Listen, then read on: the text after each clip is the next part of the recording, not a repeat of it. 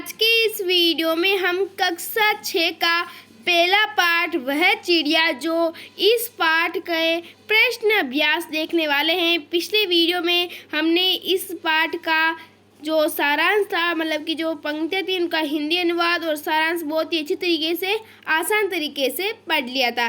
तो आज के इस वीडियो इस प्रश्न के इस पाठ के प्रश्न उत्तर करेंगे। तो सबसे पहले हम इस प्रश्नों को हल करते हैं। तो यहाँ पर प्रश्न कौन कौन से देख लेते हैं। कविता से, कविता पढ़कर मन में चिड़िया जो चित्र उभरती है उस चित्र को कागज पर बनाओ। तो क्या करना है आपको कि कविता पढ़कर तुम्हारे मन में चिड़िया का जो उभरता है, तो ये तो बहुत ही आसान है। आपको क्या करना है कि इस कविता को पढ़कर आपको कैसा लग रहा है, मतलब आपके दिमाग में क्या क्या ख्याल आ रहे हैं कि चिड़िया किस तरीके से उड़ी होगी, किस तरीके से वो नदी के पास बैठी होगी, किस तरीके से वो मुंह में पानी भरी होगी। तो बस उसी के आपको चित्र बनाने हैं, ये हमारा प्रश्न सरल हो जाएगा।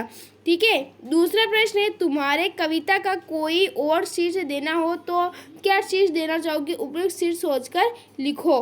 तो इस चिड़िया का हम क्या ना कर सकते हैं, तो इस कविता का नाम हम लिख सकते हैं नीलो पंखों वाली चिड़िया। इस तरीके का कोई शीर्षक रख सकते हैं। तो ये भी हमारा प्रश्न हल हो चुका है। अब हम यहाँ पर रख लेते हैं। अब तीसरा प्रश्न है, प्रश्न है कविता के आधार पर बताओ कि चिड़िया को किन किन चीज़ों से प्यार है। तो इस कविता से चिड़िया को मतलब कि चिड़िया को अन्न से प्यार है और चिड़िया को नदी से प्यार है। ठीक है। इस पाठ में दो मतलब कि 3 पंक्तियाँ आई थी, उसमें से 2 पंक्तियों में बोला है कि मुझे अन्न से बहुत प्यार है और मुझे नदी से बहुत प्यार है। तो बहुत ही आसान तरीके से हमने इन तीनों प्रश्नों का आंसर दे दिए। अब चलते हैं अगले प्रश्न पर। चौथा प्रश्न हमारा, आशय स्पष्ट करो। ठीक है। तो इसका आशय स्पष्ट करते हैं, देखते हैं कि कौन सा प्रश्न है, मतलब किस तरीके का प्रश्न है। आशय स्पष्ट करो। रस उड़ेलकर गा लेती है, यानी कि मधुर मधुर आवाज में गा लेती है। चढ़ी नदी का दिल टटोलकर जल का मोती ले जाती है, मतलब कि जो नदी अच्छी तरीके से और मतलब कि शुभ जल से भरी हुई है, उस नदी को दिल से टटोल कर मतलब निहारती हुई जल का मोती ले जाती है। तो बहुत ही आसान तरीके से हमने इसका आशय स्पष्ट कर दिया। आपको अपनी कॉपी में बिल्कुल इसी तरीके से लिखना है। क ऑप्शन है रस उड़ेल कर गा लेती है, तो आपको लिखना है मधुर आवाज में बहुत अच्छी तरीके से गा लेती है, गाना गा लेती है, मतलब कुछ भी गा लेती है। और दूसरा है ख ऑप्शन, इसका आप मतलब कि इसका आप लिख लेना कि अच्छी तरीके से भरी हुई नदी को निहारते हुए जल का मोती, मतलब जल से जैसा मोती ले जाती है या मोती जैसा जल ले जाती है। तो आसान तरीके से हमने चारों प्रश्न हल कर लिए। अब हम यहाँ पर नीचे आते हैं। चलो ये प्रश्न हमारा, पहले इस प्रश्न को पढ़ लेते हैं। प्रश्न है अनुमान और कल्पना। कवि ने नीली चिड़िया का नाम नहीं बताया है, वह कौन सी चिड़िया रही होगी। इस प्रश्न का उत्तर जानने के लिए पक्षी विज्ञानी सालिम अली की पुस्तक भारतीय पक्षी देखो। इसमें ऐसे पक्षी भी शामिल है जो जाड़े में एशिया के उत्तरी भाग और अन्य ठंडे देशों में भारत आते हैं। उनकी पुस्तक को देखकर तुम अनुमान लगा सकते हो कि इस कविता में वर्णित नीली चिड़िया शायद इनमें से ही कोई रही होगी। तो ये हमारा तो एक प्रश्न है, हमें इसका आंसर देना है। तो नीचे देखते हैं। तो इसमें 4 ऑप्शन दिए हुए हैं, तो हमें बताना है कि कौन सा वो चिड़िया हो सकती है। तो देखो दोस्तों, नीलकंठ किसे कहते हैं, मोर को कहते हैं। छोटा किलकिला, ये शायद आपने नाम पहली बार सुना होगा। कबूतर और बड़ा पतरिंगा। तो देखो दोस्तों, यहाँ पर नाम आया नीली चिड़िया, मतलब नीले पंखों वाली चिड़िया। तो नीले पंख किसके होते हैं, नीले पंख इसमें से शायद कबूतर जो होते हैं वो कभी कभी क्या होते हैं, कोई मतलब कि कुछ कबूतर होते हैं जो नीले नीले होते हैं शायद। तो हो सकता है कि वो कबूतर के बारे में बता रहे हो। और कबूतर ज़्यादातर सफ़ेद होते हैं, लेकिन कुछ कुछ होते हैं। तो यहाँ पर हम अनुमान लगा के बता सकते हैं, जैसा कि बड़ा पतरिंगा और छोटा किलकिला। तो यहाँ पर ये नीलकंठ जो नाम है वही है इस प्रश्न का आंसर, क्योंकि इसमें भी नीले पंखों वाला आया है, तो नीलकंठ शायद कोई और चिड़िया होगी जिसका नाम नीलपंख है।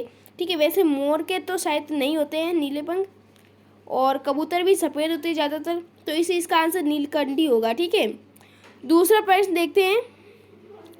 प्रश्न है, नीचे कुछ पक्षियों के नाम दिए गए हैं, उनमें उनमें यदि कोई पक्षी एक से अधिक रंग का है तो लिखो कि उसके किस हिस्से का रंग कैसा है।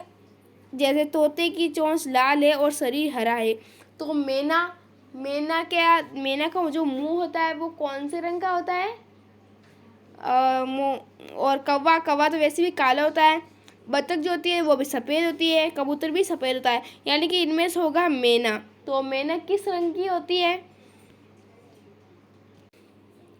तो दोस्तों हमें इस प्रश्न का आंसर किस तरीके से देना है? इसका आंसर मैना है। और मैना जो चिड़िया होती है वो वैसे तो काले रंग की होती है, लेकिन उसके जो अंदर वाला जो पेट की तरफ होता है वो थोड़ा थोड़ा सा सफ़ेद, मतलब कि हल्का काला ही होता है, ज़्यादा काला नहीं होता है, इसलिए मैना ही इसका आंसर हो जाएगा। ठीक है, अब हम तीसरे प्रश्न की ओर बढ़ते हैं। तो तीसरा प्रश्न बहुत ही आसान तरीके से हल करते हैं। प्रश्न, कविता का हर बंद जो वह चिड़िया जो से शुरू होता है और मुझे बहुत प्यार है पर ख़त्म होता है। तुम भी इस पंक्ति का प्रयोग करते हुए अपनी कल्पना से कविता में कुछ नए बंद जोड़ो। तो देखो दोस्तों, हमें क्या करना है कि इस कविता में जो पंक्तियाँ दी गई है उन पंक्तियों में हमें थोड़ी बहुत लाइनें जोड़नी है। वैसे कविता वही लिखनी है, बस थोड़ी बहुत अपने मन से कुछ लाइनें बोल लेनी है जो आपके मतलब कविता पढ़ते हो तो आपको वो लगता है कि नहीं ये लाइनें होती तो बहुत अच्छा लगता, तो बस वो अपने मन से करना है। ठीक है, तो आप वो कल्पना करके आप कर सकते हो। वैसे ये प्रश्न कोई ज़्यादा ज़रूरी नहीं है, शायद ही आपकी पाठ्य पुस्तक मतलब कि परीक्षा में आएंगे। अब हम चौथा प्रश्न हल करते हैं। प्रश्न है, तुम भी ऐसी कल्पना कर सकते हो कि वह फूल का पौधा जो पीली पंखुड़ियों वाला महक रहा है, मैं हूँ, उसकी विशेषता मुझ में है। फूल के बदले वह कोई दूसरी चीज़ भी हो सकती है जिसकी विशेषता को गिनाते हुए तुम उसी चीज़ से अपने समान बता सकते हो। ऐसी कल्पना के आधार पर कुछ पंक्तियाँ लिखो। तो ये भी बस आपको इसी तरीके से लिखना है, कुछ फूल पौधे या फिर आपको मतलब कि जो भी चीज़ अच्छी लगती है उसके बारे में कुछ, मतलब कि जैसे कि आपको खाने में क्या अच्छा लगता है तो उस बस उल्टा सीधा लिख के ये पंक्ति बना लो। बहुत ही आसान क्वेश्चन है। तीसरा और चौथा बस आपकी पंक्ति वाला ही है, बस आसान है, आप आसान तरीके से इसे हल कर सकते हो। अब आ चुकी है भाषा की बात। बहुत ही सरल है, किस तरीके से करना है बता देती हूँ। सबसे पहले यहाँ पर है भाषा की बात में हमें सबसे पहले दिया है पंखों वाली चिड़िया, नीले पंखों वाली चिड़िया, ऊपर वाली दराज और सबसे ऊपर वाली दराज। इसमें जिस शब्द के नीचे अंडरलाइन है वो चीज़ क्या है? इस चिड़िया या दराज इनकी क्या है? विशेषता बता रहा है। चिड़िया कैसी है? पंखों वाली है। चिड़िया कैसी है? नीले पंखों वाली है। दराज कहाँ है? ऊपर वाली दराज। और दराज कहाँ पर है? सबसे ऊपर वाली दराज है वो है। तो मतलब कि ये विशेषता बता रही है एक दूसरे का। तो अब बस हमें इस प्रश्न को देखते हुए नीचे वाले प्रश्न हल करने हैं। तो पहले इस प्रश्न को पढ़ लेते हैं। यहाँ रेखांकित शब्द विशेषण का काम कर रहे हैं। वे ये शब्द चिड़िया और दराज संज्ञाओं की विशेषता बता रहे हैं, अतः रेखांकित शब्द विशेषण है और चिड़िया दराज विशेष्य है। यहाँ वाला वाली जोड़कर बनने वाले कुछ विशेषण दिए गए हैं। ऊपर दिए गए उदाहरणों की तरह इनके आगे एक विशेषण जोड़ो। तो मोरो वाला बाग। तो यहाँ पर हमें क्या करना है? ऊपर दिए गए उदाहरणों की तरह ही इनके आगे एक विशेषण जोड़ो। तो हमें बस क्या करना है, इनके आगे कुछ भी लिख देना है। जैसे कि पेड़ों वाला घर है तो नीम के पेड़ों वाला घर है, यहाँ पर आप लिख सकते हो नीम के पेड़ों वाला घर है। और मोरों वाला बाग है तो आप कुछ मतलब मोर किस रंग के होते हैं? नीले रंग के होते हैं ना, तो नीले, तो होगा यहाँ पर नीले मोरों वाला बाग है।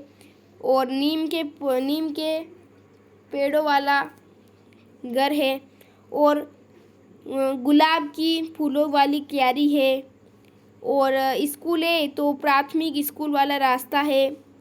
हंसने वाला बच्चा है तो जैसे कि यहाँ पर विशेषण जोड़ना है तो यहाँ पर हम क्या कर सकते हैं, यहाँ पर कुछ भी लिख दो। क्या लिख सकते हैं,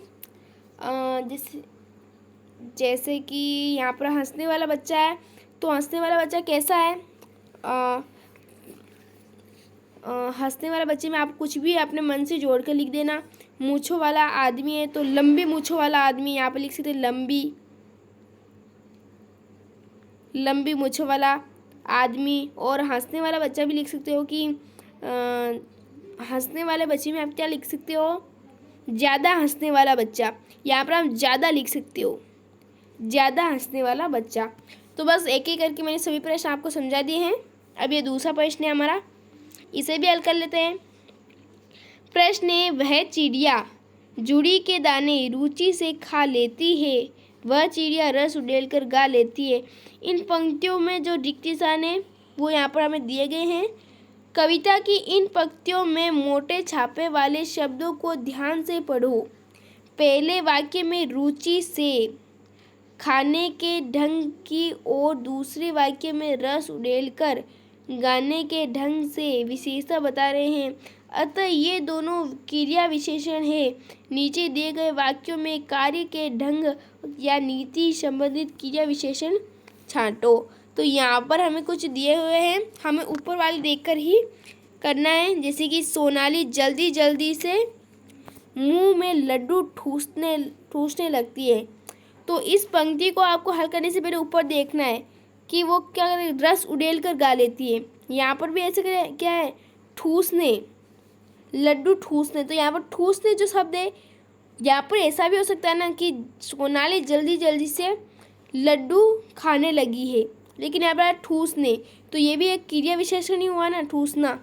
तो यहाँ पर ये हो चुका है ठूसने लगी।